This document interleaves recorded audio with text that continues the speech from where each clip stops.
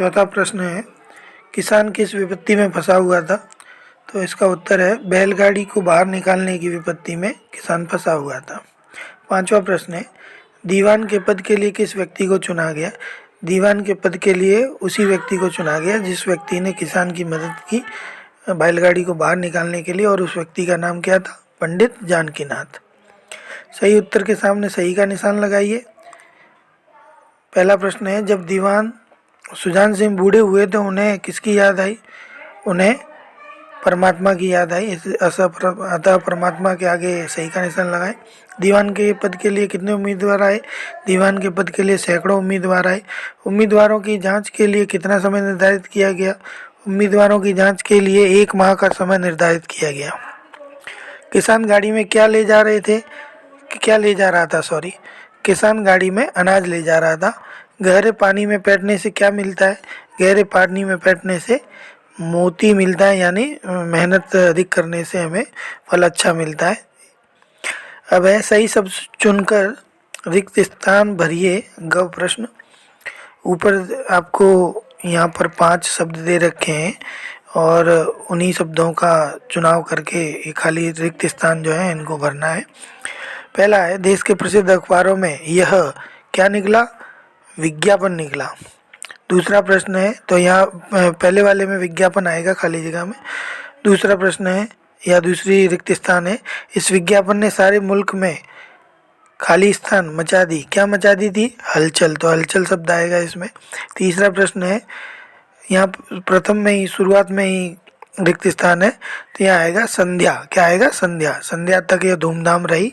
फिर चौथा है, उन आँखों में रिक्त स्थान का नाम न था। क्या नहीं था? सहानुभूति का नाम न था, तो सहानुभूति आएगी रिक्त स्थान में। पांचवा है, संध्या के समय राजा साहब का दरबार सजाया गया, तो रिक्त स्थान में दरबार शब्द आएगा। ये किसने कहा? ये कुछ वाक्य हैं, किसने कहे थे उनके बारे में बताना है। तो कहीं भूल चूक हो जाए तो बुढ़ापे में दाग लगे, सारी जिंदगी की नेक नामी मिट्टी में मिल जाए। तो यह शब्द जो है सुजान सिंह जी ने कहे थे और राजा साहब से कहे थे। दूसरा है, मालूम होता है तुम यहाँ बड़ी देर से फंसे हुए हो। यह पंडित जानकीनाथ ने कहे थे और किसान से कहे थे। और वो किसान कौन था?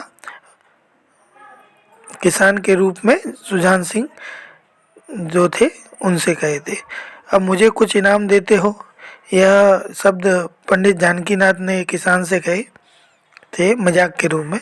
चौथा है, गहरे पानी में बैठने से ही मोती मिलता है। यह शब्द किसने कहे? एक शब्द सुजान सिंह जी ने कहे थे। अब भाषा से कुछ प्रश्न हैं, भाषा से संबंधित। पहला प्रश्न है, क निम्नलिखित मुहावरों का अर्थ लिखकर अपने वाक्यों में प्रयोग कीजिए। पहला है, कलेजा धड़कना। यह मुहावरा है, तो इसका तात्पर्य होगा घबराना या अस्थिर हो जाना। तो है, इसका वाक्य का प्रयोग करते हैं, भालू को घर के पास देखकर कलेजा धड़कने लगा। यानी भालू को देखने से डर लगता है ना, तो भालू को घर के पास देख कलेजा धड़कने लगा। दिन गिनना। इस मुहावरे का अर्थ है अंतिम समय आना। बीमारी के कारण रामू अपने अंतिम दिन गिन रहा है। यह वाक्य में प्रयोग हो गया इसका। फिर तीसरा है, मिट्टी में मिलना। तो इस मुहावरे का अर्थ होगा बर्बाद हो जाना या नष्ट होना। महेश ने या बिगाड़ देना। तो इसका उदाहरण देते हैं हम, यह वाक्य में प्रयोग करते हैं, महेश ने खाने में अधिक नमक डालकर खाने को मिट्टी में मिला दिया। अंतिम है, हिम्मत न हारना। तो हिम्मत न हारने का है साहस नहीं खोना, यह अर्थ है। और वाक्य प्रयोग है, सांप को पास देखकर मयंक ने अपनी हिम्मत नहीं हारी, यानी नहीं डरा या साहस नहीं खोया। ख प्रश्न है, निम्नलिखित शब्दों के विलोम शब्द लिखिए। तो पहला है बूढ़ा। बूढ़ा का विलोम शब्द होगा जवान। दूसरा है कुशल। कुशल का विलोम शब्द होगा अकुशल। तीसरा है आदर। आदर का होगा अनादर। चौथा है ऊंचा। ऊंचा का होगा नीचा। पांचवा है शुरू। शुरू का होगा अंत। छठा है कमजोर। कमजोर का होगा ताकतवर। सातवां है तीव्र। तीव्र का विलोम शब्द होगा मंद। और आठवां है सौभाग्य। सौभाग्य का विलोम शब्द होगा दुर्भाग्य। अब है अंतिम प्रश्न ग। निम्नलिखित शब्दों के 3 पर्यायवाची शब्द लिखिए। तो पहला है राजा। इसके 3 पर्यायवाची हैं। पहला नृप, भूप, नरेश, पहला है नृप, दूसरा भूप, तीसरा नरेश। प्रार्थना, प्रार्थना का होगा पहला पूजा, दूसरा अर्चना, तीसरा उपासना।